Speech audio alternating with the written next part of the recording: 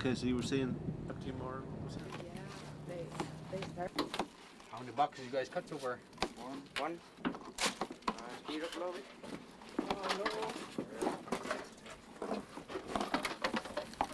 Trying to catch the weather. Beat the weather, bad weather. I don't think there's no bad weather coming up. Randall.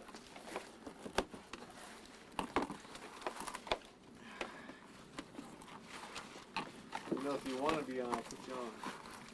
If you don't want to be on, just say the word.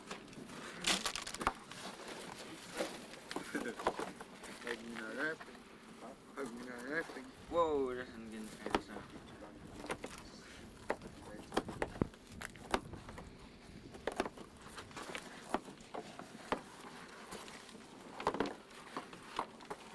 What do you? Huh?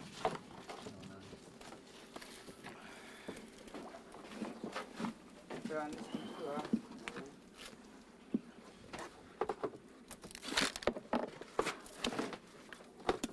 How many of these bags go in each pot? We usually try to put 40 of these. I mean, one of each, one jar, one sack in each pot. But if we have a long soak, like a week, 1 week or longer soak, we try to put 2 of each, two of these and 2 jars. The soak is every time you drop it in the water. Yeah. What we do is we go. What I try to do is I try to keep a schedule every 2 days, every second night. We head out at night because. Because crabs can't see you coming. Oh no, no. Go on. Yeah, it's at night it's cooler. It's cooler and it's better for working.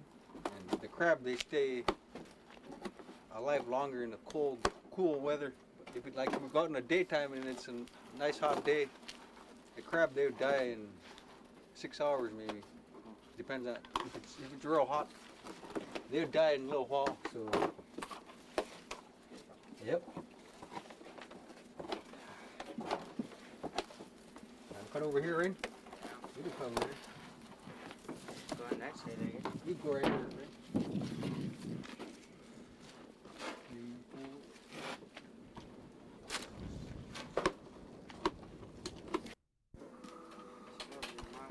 It's your baby, huh? Yeah. How old are you? I'm 30 years old. 30 years old, you got your own boat, huh? Yeah. Right on, man. Yep. Gonna be pretty loud. I can start it up.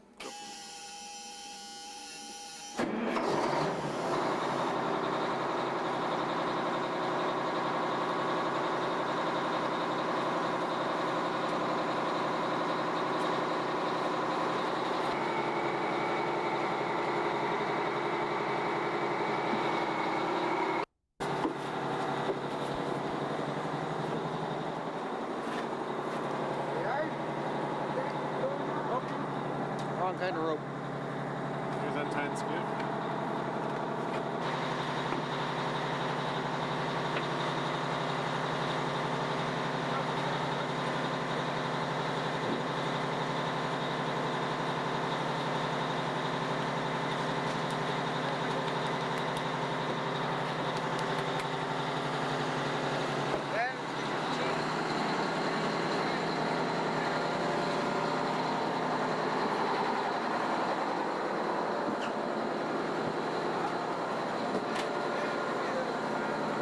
Captain in here. Yeah.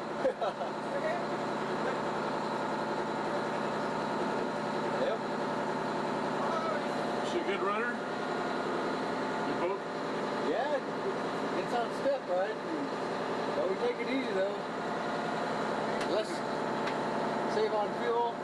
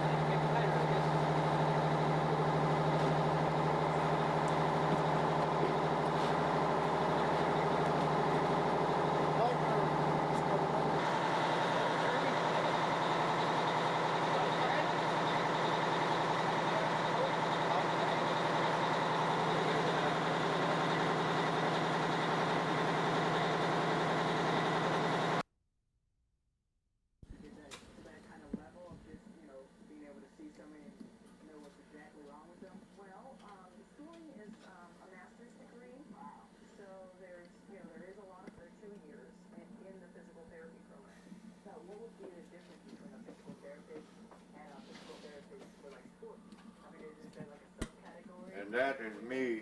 That little fella is me. According to all them sisters, my aunties, I was the spoiledest, rottenest. That's good.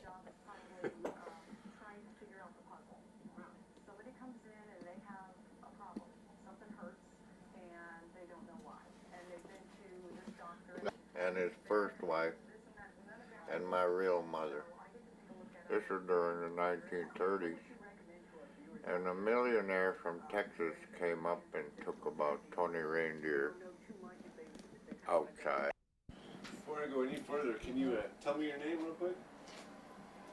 Okay, this is Tom Punguk from Golovin, Alaska.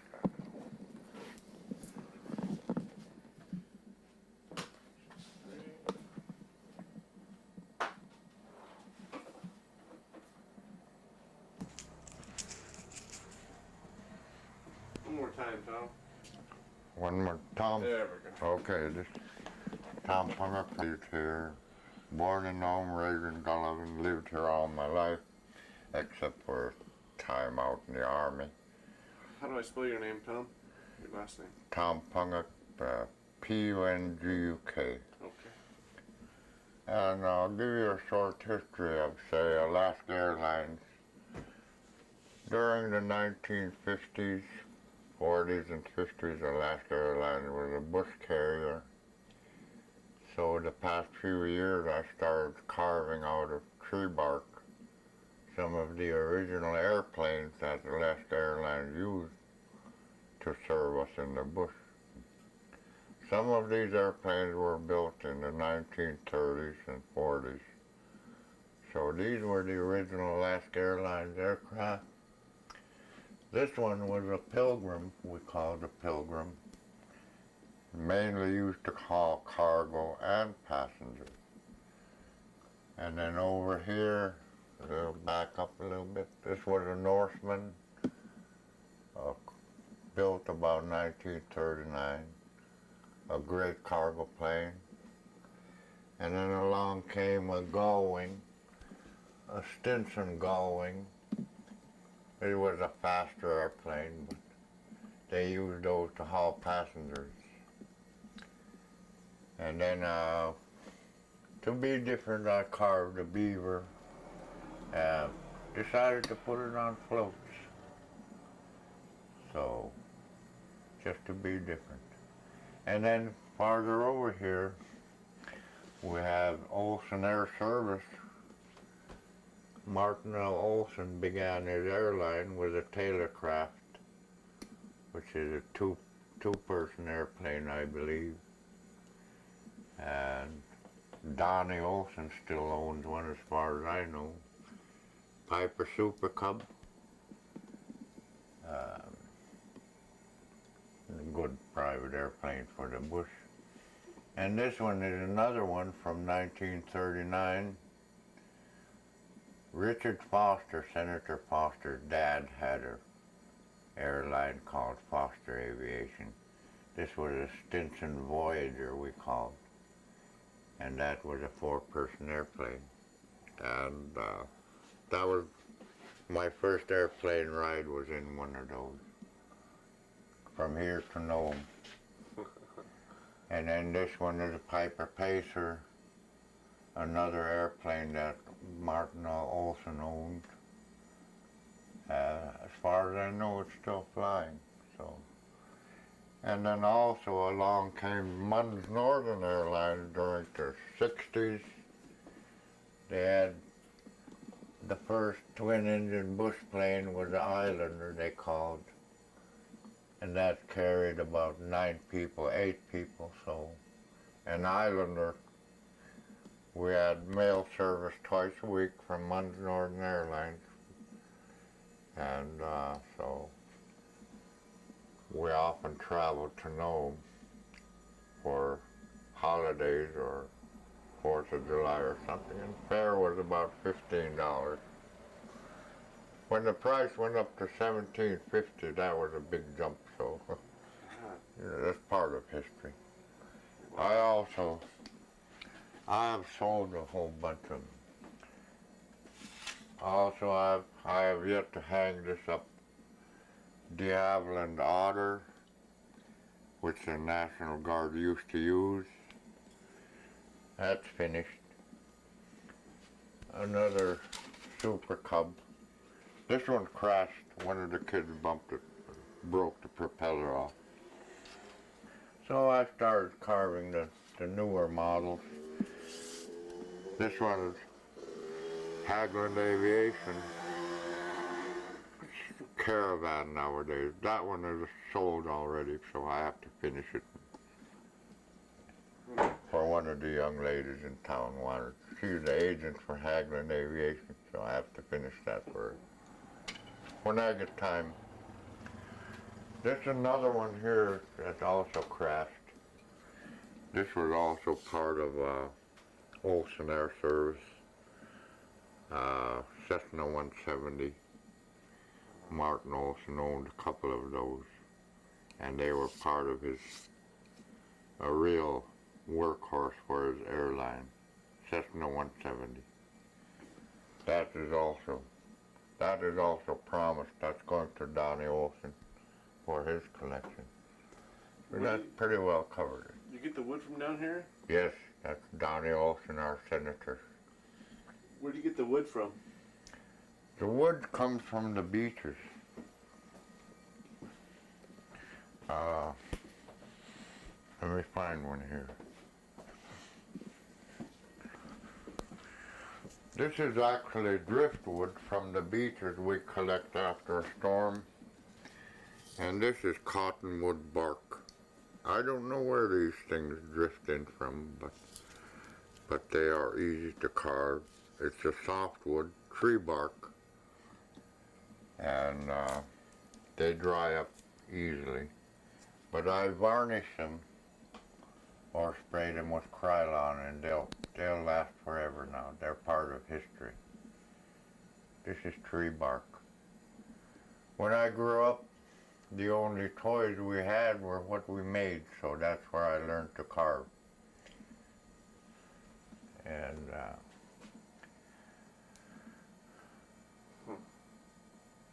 when I turned 8 years old, my papa gave me for my birthday a pocket knife. He said, "Now, you're set for life if you have a pocket knife in your pocket."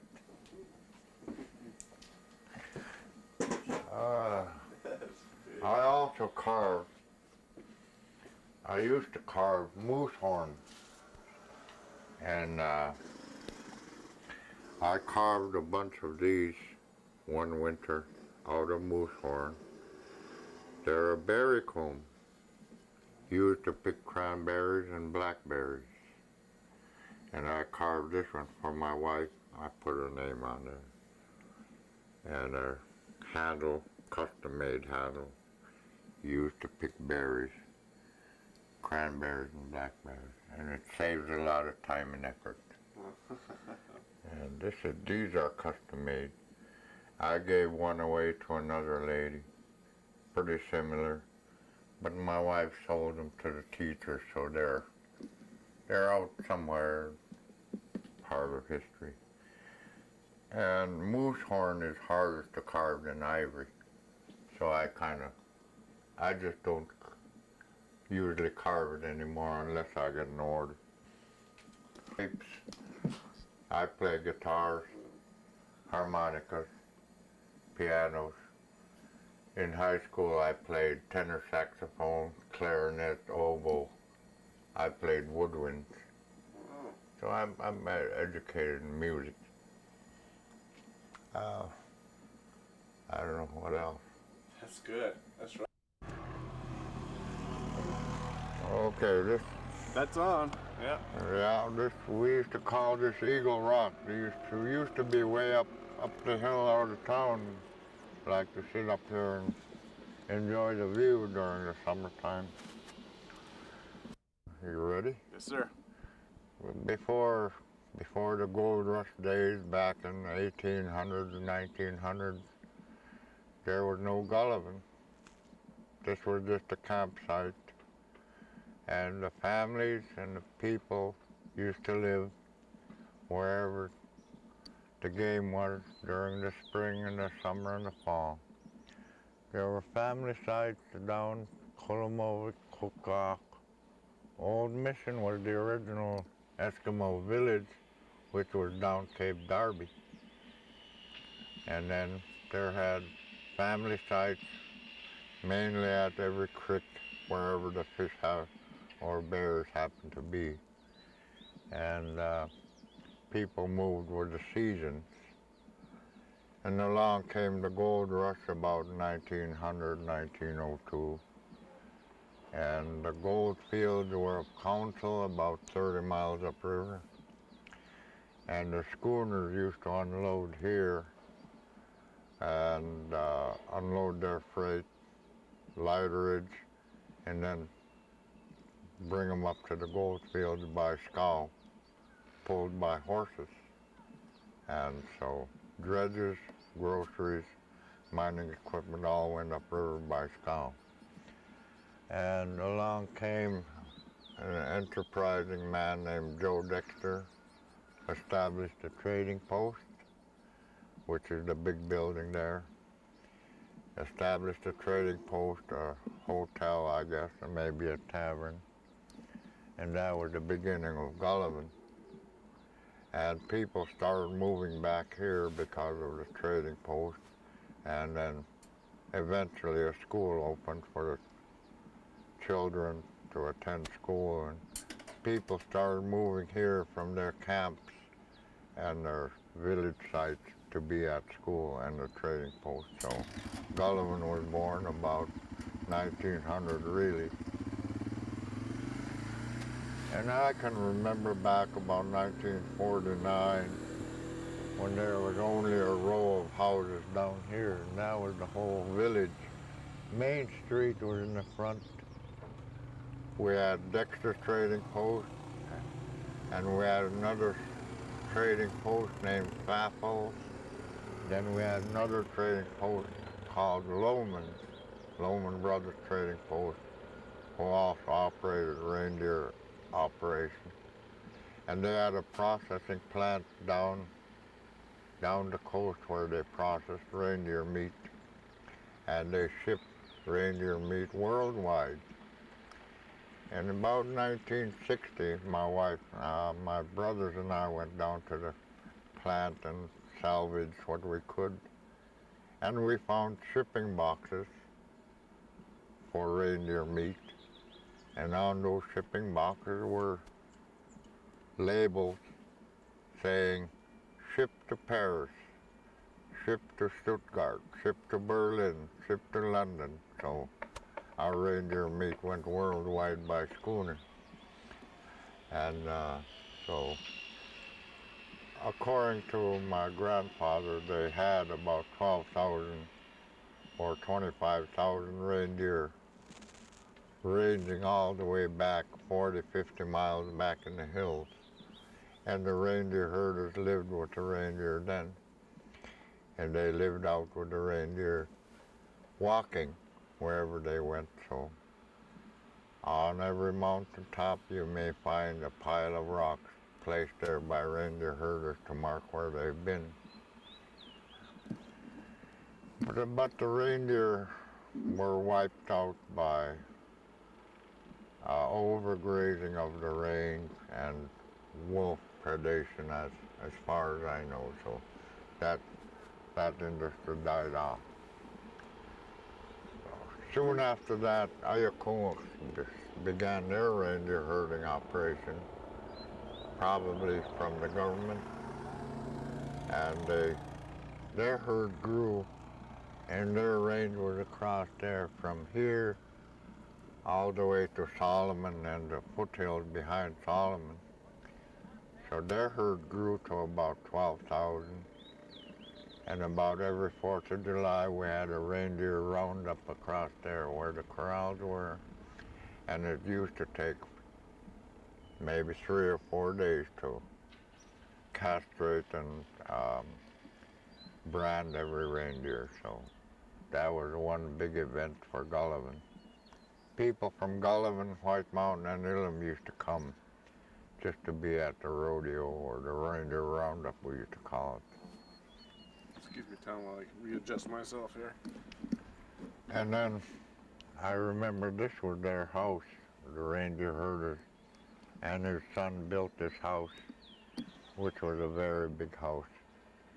And they built it about 1950, I believe. They had old houses down there which are all fallen down, so. I practically remember when every house was built here now.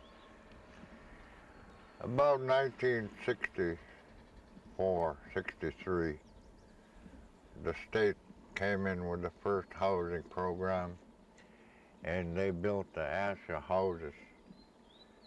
And it just happened to be that that summer, all the men were out commercial fishing. So the first housing project here was mainly built by women, which was something else. So some of the original houses are still standing. We call them ASHA houses. Then the next program were BIA housing, the blue ones, and those were pretty well built by local labor. Then along came the Bering Straits housing project. The newer buildings were also built by local labor mostly.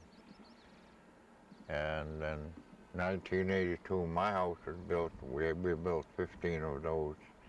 And I have pictures of all the projects, so that's part of history. And the latest housing project, we built 5 more, 4 of them near the airport. We just finished those 2 years ago. And those are nice houses. The more experience the agencies get in building houses, the better they are, so. I remember the story you were telling me a little bit ago in your house about floating processor came in here. Before 1961, there was no commercial fisheries to speak of. And we did our fishing. We put away our dried fish and, for the winter for dog feed and for eating. And that was it. That's all we needed. We put away what we needed. In 1961, floating cannery came in and began buying fish from our local fishermen. That began our fishing industry. And he also brought in the boats, the nets, the gear, motors. So everybody, all the fishermen, had their own fishing gear, and we were into the commercial fishing business. And I was still in high school, so I worked at the salmon cannery and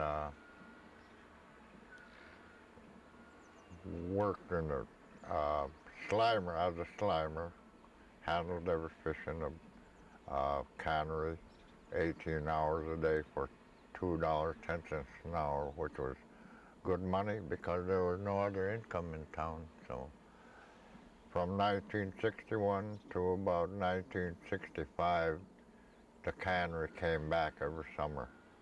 And when they were done here, the salmon season began in Kotzebue. So for one summer, I went to Kotzebue and worked on the cannery up there. And the fishermen went along with the cannery to Kotzebue and fished up there also. But that only lasted for 2 years, I believe, and then this gentleman brought his salmon cannery to the lower Yukon, where he still operates now, processing king salmon as far as I know, but he's still in business.